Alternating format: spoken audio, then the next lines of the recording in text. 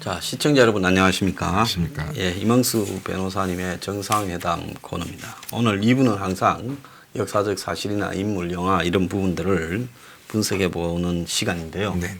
오늘은 뭘 준비하셨습니까? 네, 뭐 최근에 중국 대사나 이제 중국과의 관계에 의해서 이제 뭐 원세계의 말이 나오고 뭐 그런 상황이고 해서 이게 이제 왕국의 원인으로는 당연히 뭐 일본의 침략 야욕이나 이제 예. 뭐 한국의 당시 조선의 지배층의 무능력 등등을 예. 많이 이제 꼽으셨는데 예. 사실 제가 좀 아는 바로는 청나라도 굉장히 중요한 역할을 했다는 점. 그래서 그 점을 통해서 이게 중국에만 의존했던 당시 이제 조선 대한제국의 어떤 좀 어리석음과 예. 그다음에 지금 현재 중국도 전혀 건강하지 않은 체제로 좀 보이는데 예. 이런 체제에 만연히 의지하려고 했다가는 다시 한번 진짜 대한민국도 조선과 대한제국의 꼴을 당한다는 점을 같이 한번 생각하는 시간을 가졌으면 좋겠습니다. 자, 우리가 원세계와 또 청나라 말기 네네. 상황 등을 이제 조금 봤을 때요. 청나라가 이제 말기에 이제 일종의 뭡니까? 여자 네, 서태후입니까? 네네. 서태후의 습정이 있었지 않습니까? 그렇습니다. 네. 그래서 이제 이 자식이 좀 많이 네. 어렵고 시원찮았잖아요. 그렇습니다. 그래서 이제 청나라가 리웅장 등이 이렇게 이제 뭐라고 합니까? 경장입니까? 새로 이제 바꾸는. 그래서 이제 태평 천국의 난을 예. 이제 동원해서 이제 진압하는데 공을 세운 이웅장 등이 예. 그래도 이제 정권의 이제 일익을 담당하면서 이제 부국 강병을 하려고 했죠. 그래서 양무 운동이라는 걸 그런 걸 하려 했는데 잘 안 됐습니다. 그렇습니다. 그런데 희한하게 청나라가 이제 다른 서양 외세들한테는 다 굴복하면서 그렇습니다. 망해가는 나라의 자존심인가? 네. 한국에는 꼭 이거는 우리 나발이니까 그렇습니다. 딴 놈이 손대지 마라. 네. 이제 그런 거를 갖다가 집착을 좀 했죠. 그렇다고 한국에서 뭘 착취해 가거나 뜯어간 것도 별로 없었어요. 그 이제 개인적인 착복들 보통 네, 이제 그런 거죠. 개인적인 착복이지, 뇌물이나. 그런 것들이 이제 많았는데 말씀하신 것처럼 근데 당시에 워낙 조선과 대한제국이 워낙 강한 나라여서 뜯어먹을 것도 별로 없었던 거죠. 근데 다른 나라들은 철도라도 자본으로 놓고 그렇습니다. 광산이라도 뚫고 했지만 청나라는 그럴 여력도 안 됐는데 네. 그럴 것 같으면 굳이 이런 부분을 집착을 할 필요도 없었는데. 그렇습니다. 그러니까 이제 예. 뒤늦게 이제 선생님도 아시는 바와 같이 병자호란 이후에 이제 예. 조선이 청나라의 속국처의 지위를 이제 떨어지긴 했지만 말씀드린 것처럼 이제 사신들이 와서 좀 이렇게 좀 깽판 좀 치고 좀 뜯어가고 하는 거 외에는 사실 구체적으로 세세하게 내정 간섭이나 이런 그러니까 예. 이른바 제국주의적인 것들 행동을 하지 않다가 그러니까 서양 세력한테 엄청 얻어터진 후에 갑자기 이제 물론 이제 계기가 이제 1882년에 아시는 바와 같이 이제 대원군이 다시 이제 집권하게 된 이제 이모군란을 예. 청나라의 이제 민비의 요청에 따라서 청군이 이제 진압을 하면서 본격적인 내정 간섭이 시작되는데 꼭 이제 행태가 서양에서 얻어맞은 거를 꼭 조선에 화풀이하던 이제 그때부터 이제 본격적인 내정 간섭을 이제 실시를 하는 거죠. 예, 이제 그 이야기를 이 유안스카이라는 인물을 놓고 이렇게 좀 봐야 되는데 이게 이제 한국이라는 완전 병방에 네. 처음에 왔을 때 네. 나이 어려서 와서 네, 네. 20년쯤 했죠. 그렇습니다. 총독 행세를 하고 갔지만은 네. 나중에 네. 손문 네. 순원이라고 부르는 네. 중국의 청나라를 무너뜨리고 혁명을 하려고 하는 그렇습니다. 세력. 네. 그러니까 그게 지금 무창. 그렇습니다. 지금 문제가 되고 있는 우한에서 이제. 우한하고 한커쿠하고 합쳐져 가지고 그렇습니다. 그다음에 항구라고 우한 무창과 항구가. 예, 그러니까 이 우한에서 신의 혁명이 일어날 때는 그때는 이 우창이라 그랬죠. 그렇습니다. 우리 한국말로 무창. 예. 그러니까 근데 그걸 할 때 이 위안 스카이가 스스로 또 이 혁명 세력하고 손을 잡고 청나라를 무너뜨리고 그렇습니다. 일대 총통이 됐다가 예.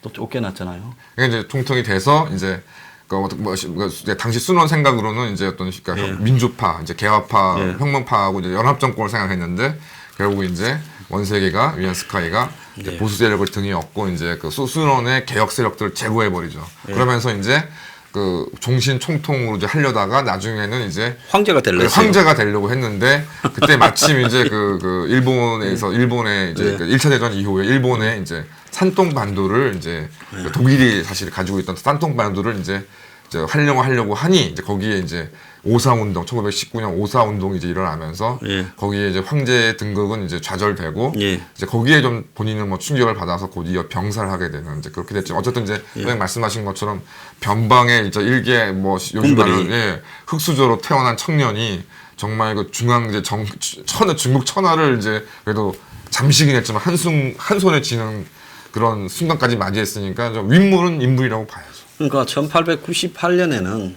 중국의 황제의 지시를 어기고 네. 중국을 그 당시 청나라를 수구화 돌려버리는. 그렇습니다. 그러니까 그 이 미웅장 등이 주도한 네네. 그 이 개혁 운동, 양무 운동을 완전히 무너뜨려 버린 역할을 했고, 네.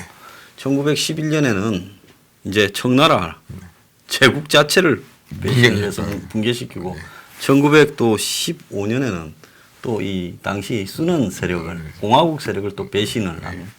좌우간 이 사람은 배신 빼고는 별로 논할 게 없는 사람인데, 자 이제 이야기를 한번 나눠보겠습니다. 네, 그래서 예. 이제 말씀드린 것처럼 1882년 이제 이모 군란을 이제 진압한 청군의 이제 사령관격으로 원세회가 이제 조선에 오게 되고, 예. 이제 뭐 나중에도 그런 상황이 나오지만 이제 그 30도 안 된 청년이 이제 고종을 아주 뭐 시종일관 무시하는 태도로 그러니까 그 전에 보면 이제 우리가 그 역사에서 대원군이 네, 이제 그 처음에 잡았다가 네네, 또 민비가 네네. 왕을 꼬드겨가 네네. 고종이 줏대도 없는 사람이에요. 네, 그래갖고 이제 아버지 내가 직접 친정하겠습니다 해서 밀려났잖아요. 예, 예. 그죠? 그러다가 이제 이모군란이 일어나면서 또 구식 군대가 예, 예. 거기 월급을 몇 달 안 주다가 네. 받았는데 돌이고 막 쓰레기 같은 게 네. 들어있다 보니 식량으로 이것들이 우리를 무시하고 신식 군대 몇 명을 갖고 쇼한다. 네. 이래 다 들고 일나서 예. 쳐 죽이려고 막 이렇게 예, 예. 안 했습니까? 그렇습니다. 그때 이제 다시 대원군이 복귀를 했죠. 복귀를. 그러니까 이제 대원군이 복귀를 하니까 그 이모군란을 진압한다고 네. 원세계가 지금 한국에 조선에 들어온 거죠. 그렇습니다. 예. 근데 이제 대원군도 당연히 이제 그 친중 4대적인 사관을 가지고 있으니까 뭐 거기에 대해서 항의를 하거나 그럴 생각은 못 하고 예. 이제 그 이제 대원군 보고 이제 원세이가 들어요. 오라고 우리 좀 그 군영으로 오라 하니 그냥 그럼 내가 가서 좀 설명을 하면 되겠거니 하고 생각하고 갔더니 대뜸 이제 붙들어가지고 잡아간 거예요. 중국을 잡아가 버린. 그때 대원군이 다리에 힘이 빠져가 놀래가 그렇습니다. 거의 뭐 툭 주저앉았다고 그렇습니다. 그러더라고요. 그러니까 당연히 대원군 입장에서는 뭐 세국 정책 등 이제 또 자기가 중국에 반대한 적이 없었으니까 중국이 자신을 그렇게 해야 할 거라고는 생각도 못했는데 이제 이모군란의 혼란의 와중에 겨우 이제 목숨만 건졌던 민부가 바깥에서 이제 공작을 해가지고 청군을 끌어서 그런 결과가 나왔고. 그럼 이렇게 이제 청군이 내정 간섭을 하게 된 것, 뭐 청나라가 내정 간섭하게 된 것까지는 뭐 현실적으로 없어 치더라도 이 문제는 이 청나라 인식이었는데 이게 이제 그 고구려의 어떤 우리도 뭐 많은 사람들이 그렇게 생각하시는데 이놈은 고구려에 관한 이제 고구려가 수나라와 당나라와 잘 싸웠던 그 역사가 이제 사마강이 이제 편찬한 자치통감이라는 책에 이제 상세하게 실려 있는데 요 자치통감이 이제 중국에서 그래도 천하를 좀 뭐 논하려고 하거나 천하를 좀 경영하려고 하는 사람은 다 필수로 읽는 책인데 여기에 이제 요 내용 때문에 하여튼 이놈의 중국 사람들은 그 이후에 하여튼 요 조선 그러니까 우리 지금 한반도에 요 있는 사람들이 전쟁을 좀 꽤 한다. 그러니까 요걸 놔두면 안 된다는 어떤 고정관념이 있는 것 같습니다. 그래서 그렇게 들어와서 그 뭐 아무것도 쥐뿔도 없는 나라에도 그러니까 결국 이제 그나마 1876년도에 이제 개화를 이제 시작을 해가지고 양성하고 있던 신식 군대마저 이 청나라가 우리가 지켜줄 테니까 너희는 군대를 양성하지 말라 그래서 군사력 성장을 억제를 합니다. 그래서 결국 이게 이제 그 이후에 조선이나 대한제국이 군대를 제대로 양성을 못함으로 해서 결국은 이제 망국 때까지 피만 번 제대로 못 쓰는 계기를 사실 일본이 아니라 청나라가 만든 거죠. 오히려 이제 일본은 뭐 일본 옹호하려는 얘기로 들으실 수도 있겠지만 그래도 일본은 뭐 이런 군사적인 기술이라든가 과학 기술을 전달해 주는 역할을 했는데 청나라는 그게 아니라 이 나라는 너희가 지킬 테니까 우리가 이제 다 지킬 테니까 너희는 국방 같은 거 하지 말라는 식으로 이제 만들어 버리게 되는 겁니다. 자, 그래서 이 집이 뭐 자기 집은 좀 있는 집에 났는데 동생 집에 이제 양자로 간 모양이에요. 그 집에 애가 없다 보니까. 근데 이제 공부는 싫어하고 맨날 무예나 닦고 쌈질이나 하고 이러다가 이제 이 진사 시험, 즉 이 무과 시험도 이 들기가 어려우니까 그냥 집안에 양아버지 추천으로 이훈장의 참모, 그러니까 우창칭, 한문으로 오장경이라고 그 밑에 이제 쫄병으로 갔는데 한국에서 이모군란이 나니까 이훈장이 그렇죠. 그 우창칭을 보고 네가 가서 진압해라 했을 때 이제 우창칭이 따라 이제 참전을 했다는 거예요. 그러니까 올 때까지만 해도 시험도 안 치고 그냥 백으로 그렇습니다. 들어가 갖고 그냥 제가 봤을 때 지금 뭐 영관급도 안 되는 그렇습니다. 거의 위관급 정도로 그렇죠. 백으로 네. 위관급 정도 돼 가지고 왔다가 이제 대원군을 납치해 가지고 텐진에 잡아가고 이제 그러면서 이제 본대가 철수한 이후에 이제 남아가 그렇죠. 그 우창칭이 또 돌아가 버리고 그렇겠죠. 지가 남아가 그렇죠. 스스로 그냥 총독처럼 떼버린 것 같아요. 그렇습니다. 예.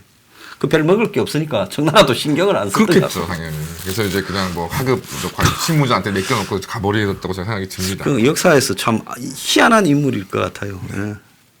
그래서 이제 그런 말씀드리는 거 도중에 이제 아신 바와 같이 1884 이제 문제는 1884는 이제 김옥균에 의한 갑신정변이 일어나고 당연히 이제 또 청군이 개입을 해서 이제 실패를 하게 되는데 이제 요때 그러니까 이때 이제 84년이니까 그렇습니다. 2년 뒤잖아요. 그렇습니다. 갑신정변. 예.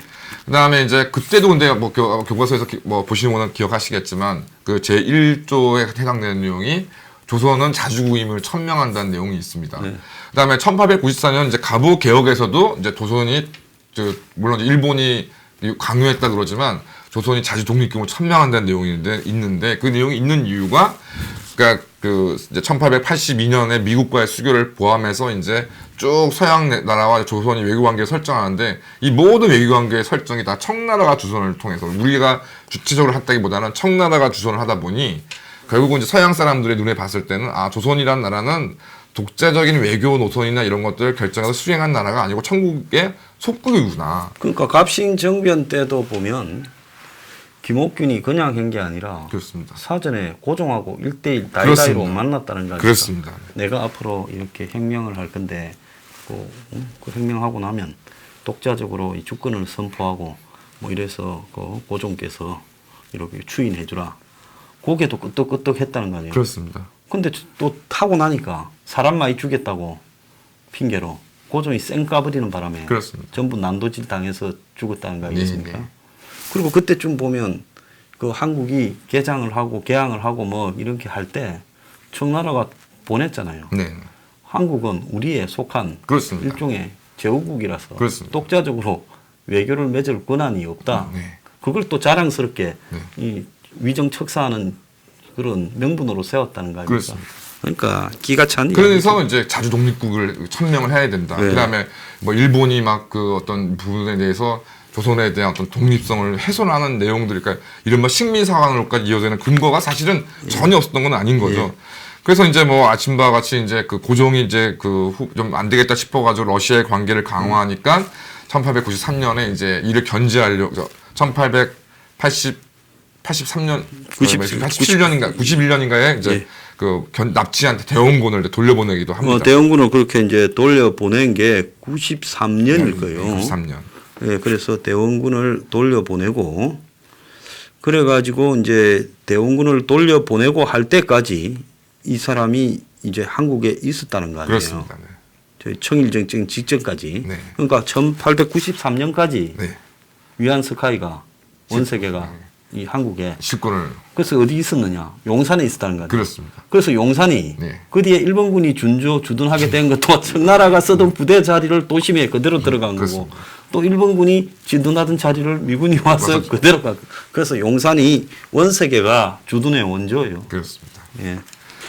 근데 이제 문제는 이겁니다. 그러니까 1884년에 갑신정변이 일어나서 이제 청국과 일본에 어떤 문제가 생기니까 이제 이제 조약을 체결해야 돼. 이제 텐진 조약을 체결하는데 그 골자는 이제 아시는 바와 같이 청일 양국군 모두가 조선에서 철수한다. 이제 파병 시 상호 통보한다. 이런 내용을 이제 내보내게 되고 결국은 이제 조선을 두고서 청일 양국의 군사적인 지도적인 개입은 이제 배제되게 되는데 결국은 왜 당시에 그러면은 1884년만 하더라도 일본의 국력이 청나라에 훨씬 못 미침에도 왜 이렇게 청나라가 했냐면 제가 볼 때는 이제 실권을 장악한 이제 이용장이 워낙 이제 외부적으로 자신도 이제 그 입지가 흔들흔들 거리니까 일본과도 전쟁을 원하지 않다. 일본과도 전쟁과 무력 출동을 원하지 않는다. 타협을 선택했다고 이제 제가 생각이 듭니다. 자, 그런데 당시에 이제 이 일본하고 이제 전쟁을 원하지 않는 타협을 리웅장이 봤을 때는 청나라도 말기에 그렇습니다. 한번 좀 살아봐야 되겠다고. 네. 뭐 강유웨이, 네. 그다음에 리웅장 네. 이런 사람을 통해서 변법 자강 운동, 네. 양무 운동 이런 걸 막 전개를 해가 그렇습니다. 군대도 좀 키우고 네. 어떻게 좀 해보려고 네.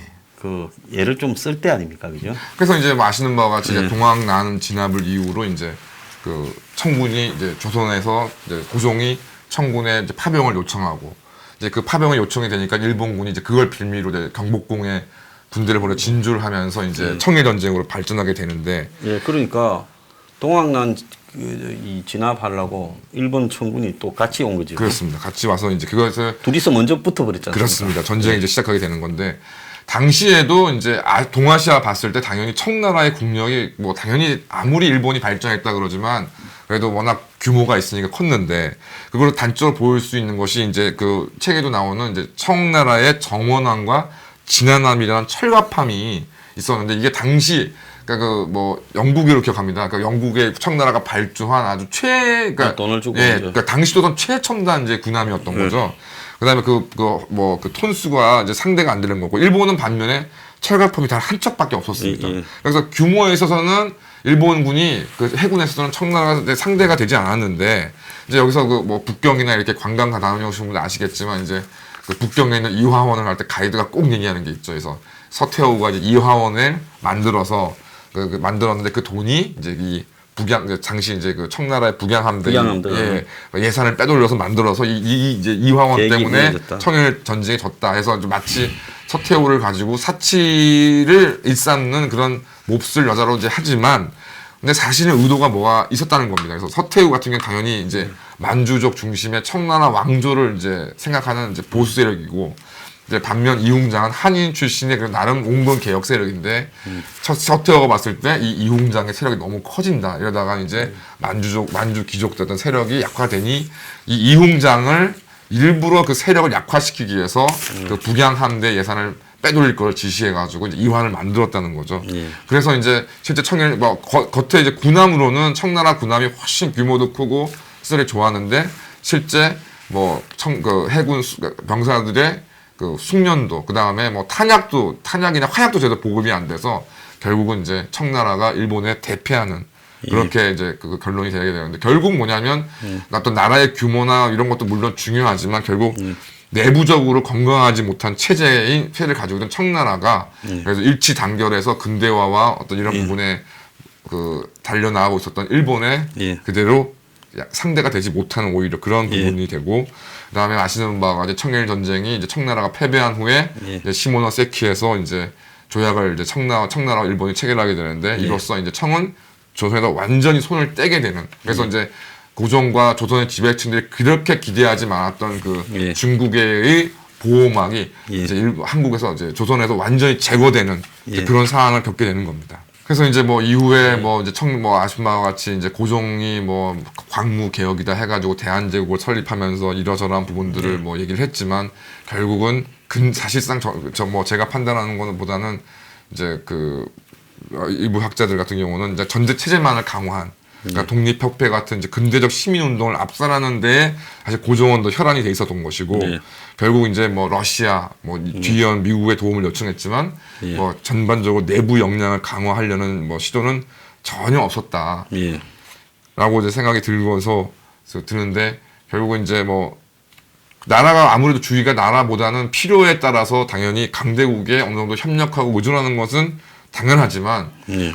근데 그 외국이 어떤 나라인지는 좀 우리가 제대로 파악을 하고 의지하거나 해야 될 거 아니냐. 예. 그래서 뭐 지금의 중국처럼 뭐 겉모습으로는 뭐 G2라 그러고 뭐 미국을 곧 추월한다 그러고 무슨 뭐 항공모함도 만들고 뭐 1대1로 한다고 막 그렇게 되어 있지만 예. 이번 이제 우한 폐렴 사태로 봤을 때 그러니까 결국은 딱 하나 두고 저희가 진짜 우선적 생각할 수밖에 없는 게 그 중국의 내외부적 역량이 얼마나 허약한 것인지가 예. 이번으로 이제 드러나게 된 것이고 예. 앞서 본 바와 같이 말씀드린 바와 같이 그래도 미국은 그래도 동맹이라 뭐 물론 미국이 또 제국주의적인 특성으로 동맹국으로부터 어떤 뭐 이익을 탐하거나 어떤 간섭을 하는 경우가 있지만 그래도 동맹국가의 상생을 그래도 기본적으로 고민한 미국과 달리 앞서 본 바와 같이 이제 일본인의 세력이 막 썩어가고 있는데도 조선이 자기들을 침략하지 않을까 자신들의 어떤 이권을 어떤 이해를 침해하지 않을까 싶어서 아예 군사력 어떤 그 확보 자체를 방해했던 그 청나라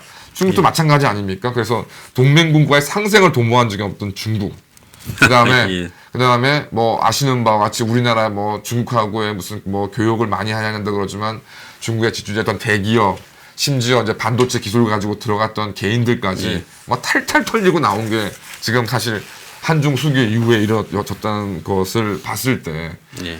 그다음에 뭐 중국에서 뭐 성공했다는 뭐 고민 그래서 요즘에는 뭐 최근 뭐 한 10년 전까지만 그런 얘기가 있었지만 최근엔 그런 얘기도 좀 들리지 않는 것 반면 그래도 미우나 고나 미국에서는 뭐 그 스토리도 있지 않습니까? 뭐 예. 그러니까 맨몸으로 뭐 미국으로 건너가서 무슨 이제 청소 일을 하다가 뭐 슈퍼 하시다가 그래도 뭐 자녀분들을 아이비리그를 보내서 뭐 이렇게 성공한 스토들이 있는 미국과는 이게 분명한 차이가 있다는 것을 그래서 결국은 어느 나라가 정말 이 세계 패권을 계속 유지할 것이냐도 중요하고 내부적으로 그 나라의 내부적으로 체제가 건강하지 않으면 믿고 의지해봐야 결정적일 때 나를 도와주지 못하는 그런 강대국 필요가 없는 거죠. 자, 지금 한번 보십시오. 우리가 중국을 어떻게 봐야 될 건가?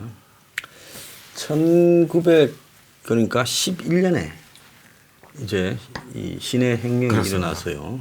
이 우창에서 혁명을 일으켜서 사실상 청나라를 무너뜨렸어요. 그렇습니다.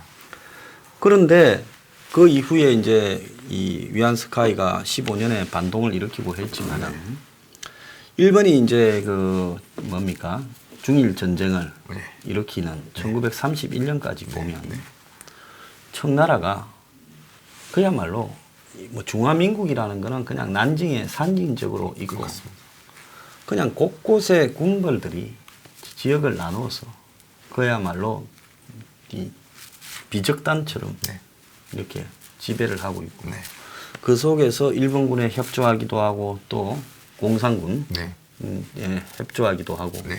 그래서 한마디로 중앙에서 통치하는 통치 능력이 거의 없었는 상황들이 나라죠. 계속 진행됐던 몇 개 성 정도만 네. 관장했지. 네.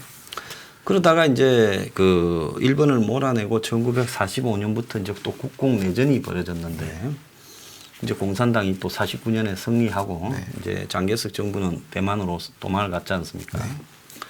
그러면 이제 통일을 한 지가 몇 년입니까? 그때서는 뭐 자고도 50년대 통일했다고 그렇습니다. 70년이 됐어요. 그렇습니다. 그러면 70년 동안 중국 역사에 보기 드문 이 자기의 영역을 흔들리지 않고 통치하는 그렇습니다. 아마 중국의 역사에 중국이 70년 동안 저 영역을 그대로 지킨 왕조는 없을 거예요. 그렇습니다. 그러니까 지금 중국이 이 현대 사회에 들어오면서 한마디로 중국의 영역을 지키면서 이렇게 이제 70년 동안 외부의 침략이나 전쟁이 사실 별로 없잖아요. 그렇습니다. 한국전도 뭐 영군 참전이고 그 그렇습니다. 이후에 베트남하고 조금 네네. 티격태격한 것 뿐이지 뭐 러시아하고도 소련하고도 티격태격 조금 했지만 네. 전쟁도 치르지 않았고 내부에 무슨 반란도 없었고 그렇습니다. 큰 반란도 없었잖아요. 무슨 뭐 기껏해야 이제 천안문 네. 사태 정도고요. 그러면 저렇게 70년을 해가 오는데 오늘날 중국이 등소평 뭐 이 70년대 말 이후에 개혁 개방을 했다 하는데 저 지금 나라의 꼬라지나 시스템을 한번 보십시오. 네. 그래서 중국이 무슨 세계의 G1이 되니 또 중국이 뭐 기술력으로도 세계를 거의 따라잡았니 또 중국이 앞으로 세계의 그 중심 국가가 되니 지금 한국만 중국을 과대평가하는 거 아닙니까? 그렇습니다. 미국에서 중국 과대평가하는 놈은요, 전부 월가에서 중국 자본 끌어와가 채권, 네. 돈 벌어먹는 자식들이 과대평가예요. 그렇습니다. 미국 국방부 같은 데 가서 중국을 물어보면 중국은 우리하고 붙었다 하면 사흘 안에 끝난다. 네. 비행기고 항공모함이고 다 배고 네. 다 떨어진다. 붙을 수단이 없을 거다. 사흘만 있으면. 그렇게 이야기를 하고 있습니다. 자, 그런데 한국은 중국을 과대평가해서 무슨 이번에 문재인이 공동운명체다. 네. 또 한국만 그런 게 아니에요. 나는 한국의 재벌놈들이 굉장히 이 부분에 놈이라고 붙이고 싶어요. 네. 네. 나쁘다라고 생각해요. 맞습니다. 중국이 이제 이렇게 이 뭐라고 할까요? 개방되는 과정에서 자신들이 기술을 배워야 되니까. 네. 일본은 안 가죠, 잘. 그렇죠. 일본 기업들은 중국에 참 잘 안 가죠. 그렇습니다. 부분적인 단계적 하청만 하게 하지. 그렇습니다. 중국에 들어가 가지고 공장을 큰 걸 만들어 갖고 몇만 명, 몇십만 명씩 부리는 일본 기업이 있습니까? 없습니다. 없잖아요. 그런데 한국은 중국이 너가 우리 싼 인력 대줄 거니까 들어오라고 하니까 싹 다 기어 들어갔지 않습니까? 그렇습니다. 삼성이고 LG고 SK고요, 현대고. 현대고 다 들어갔잖아요. 자, 그 결과가 어떻게 됐어요? 중국에 오늘날 저 자동차 기술 아직도 어설퍼도 그래서 다 한국에서 뺏긴 거 아닙니까? 그렇습니다. 중국의 저 텔레비니 디스플레이 기술, 반도체 기술 전부 한국에서 뺏긴 거잖아요. 그렇습니다. 그러니까 중국이 한국 재벌 끌어들여서 전 세계에 한국 재벌 정도 되는 사람이 중국 들어가 갖고 저렇게 올인한 데가 어디 있습니까? 그렇습니다. 애플이 중국이 하는 거 한번 보세요. 그렇습니다. 중간에 딱 팍스콘 껴가. 네. 팍스콘이 네. 조립만 하지. 그렇습니다. 전체를 관장하는 거는 절대로 중국에 안 두지 않습니까? 그렇습니다. 근데 한국은 중국에서 완제품까지 생산하면서 하다가 지금 스마트폰 거의 중국에서 생산 거의 제로로 가고 있고 오케이. 차 중국에서 다 망했고 네. 전부 그랬댔잖아요. 하나도 성공한 게 없습니다. 심지어 따라갔던 하청 회사들, 협력 회사들도 전부 완전 통째로 털렸지 않습니까? 그렇습니다. 그리고는 딱 쫓아낼 때 되니까 이 혀가 관계없는 유통기업들도 온갖 트집 잡아가 그래서 사드 때 쫓아냈지 않습니까? 좀 인생적 세용지마라고. 그러니까 지금 다 하는 얘기가 롯데가. 롯데가 그때 사드 때문에 철수한 게 차라리 나았다. 지금 만약에 맞았으면. 뭐 난리 더 나는 거 아닌가? 그러니까 자기들이 봤을 때 배울 거 없는 유통기업. 그렇습니다. 이거는 우리도 할 수 있다. 그것도 못하죠. 그런데 그런 거는 노하우가 별로 없다 싶은 거는 일찌감치 두들겨 잡아서 쫓아버렸고 그 다음에 지금 한국에 기술이 있는 것들은 거의 다 기술 먹고 내쫓는 그렇습니다. 상태로 가지 않습니까? 그렇습니다. 근데 이런 중국을 보면서 저기에 뭔가가 있다. 어? 우린 중국하고 옆에 범중화 경제권에 붙어서 겹불 째야 되겠다. 뭐 한국과 중국은 경제적으로 뗄 수 없다. 미래는 중국이고 미국은 꺼지는 태양이다. 이런 것들이요. 이렇게 한국 사회에 보편적으로 퍼지게 된 데는 재벌들이 자신의 이해와 국가의 이익을 구별하지 않고 그렇습니다. 청와대에 영향력을 행사해서 네. 저거가 중국에 공장 하나 만들면 한국 대통령 끌고 들어가고 네. 로비해서 네. 다 거짓말이라고 생각합니까? 전부 그렇게 했어요. 정권 바뀔 때마다요. 이른바 해외 진출이라는 꽉창하게 좀 예. 포장해서요. 그러면서 지금 오늘날 지금 이 꼴이 돼버린 거예요. 자, 지금은 이제 어떡합니까? 중국 놈들이 한국의 협력회사, 하청회사를 직접 뿌리면서 네. 우한이 터졌는데 들어오라고. 네. 우한까지도 오라고. 네. 안 오면 그냥 안 둔다고 네. 협박하고요. 네. 중국의 한국 주재원들이 지금 개 끌려가듯이 우는 상으로 다 지금 들어가고 있지 않습니까? 그래서 딱 보면 그 나라가 정상이 아니고 그럼 왜 민주주의 혁명을 한 지 109년이 됐는데 비정상이라 생각하십니까? 왜 그렇다고 보세요? 변호사님은?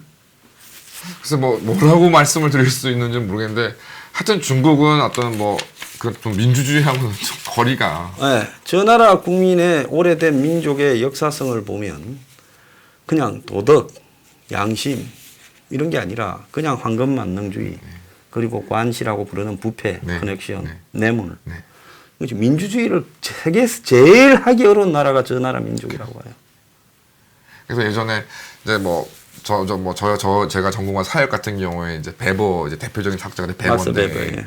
베버 같은 분이 이제 그 아시아 같은 데서는 이제 뭐 민주주의나 자본주의가 안 된다라고 이제 얘기를 해서 그러다가 이제 1960년대 70년대 일본의 특히 성장을 통해 가지고 아 베버가 틀렸다라고 이제 뭐 그런 것들이 있었는데 지금 2020년에 제가 다시 이렇게 이제 뭐 우리나라 그러니까 뭐 꼭 중국만 얘기하는 게 아니라 우리나라나 일본만 봐도 뭐 가장 일본이 뭐 서구적인 어떤 민주주의나 자본주의에 가깝긴 하지만 그래도 뭐 미국이나 뭐 다른 그래도 것도 태행적인 요소가 태행적인 좀 있죠. 많이 꽤 있는. 근데 한국만 들어오면 또 더 태행적이고 그렇습니다. 중국에 그럼 가면 그건 또 이제- 훨씬 태행적이고. 그렇습니다. 그러니까 뭐 예전 속담에 귤이 이제 강남 강북으로 가게 되면 탱자가 된다는 듯이 정말 그런 식의 어떤 모습을 보이고 있는 상황에서 모르겠습니다. 그래서 그 뭐 이러저러한 뭐 소프트 파워까지 안 가더라도 중국이 빠른 그 시일 내에 어떤 세계적인 패권을 차지한다거나 어떤 이제 우리가 뭐 대한민국이 롤 모델로 삼을 수 있는 국가가 될 가능성은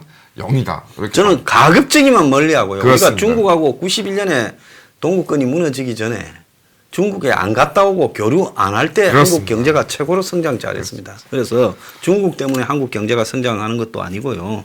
없이 살 때도 잘 살았습니다. 7, 80년대. 그러니까 중국은 웬만하면 멀리 해야 된다. 제가 이게 제 지론입니다. 그러니까 뭐 대표적 연예계도 좀 그런 사실 좀 그런 부분이 있습니다. 뭐 중국 가면은 뭐 한 해 출연료가 뭐 얼마고. 한국의 10배. 근데 그 몇몇 그러니까 좀 다른 이유로 좀 돈을 벌었던 연예인들 말고는 그렇게 무슨 떼돈 벌어가지고 잘 먹고 잘 사는 얘기도 제가 못 들어본 것 같아요. 그러니까 그게 처음에는 그런 식으로 하다가 결국 말씀하신 것처럼 연예계나 이런 쪽도 뽑아먹고 버리는. 그뿐만 아니라 경제계도 속이고 뭐 하는데 그렇습니다. 솔직히 말하면 중국에 CCTV에 아나운서도 전부 세컨드고 첩인데 그렇습니다. 거기까지만 하겠습니다. 오늘 마치겠습니다. 예. 감사합니다.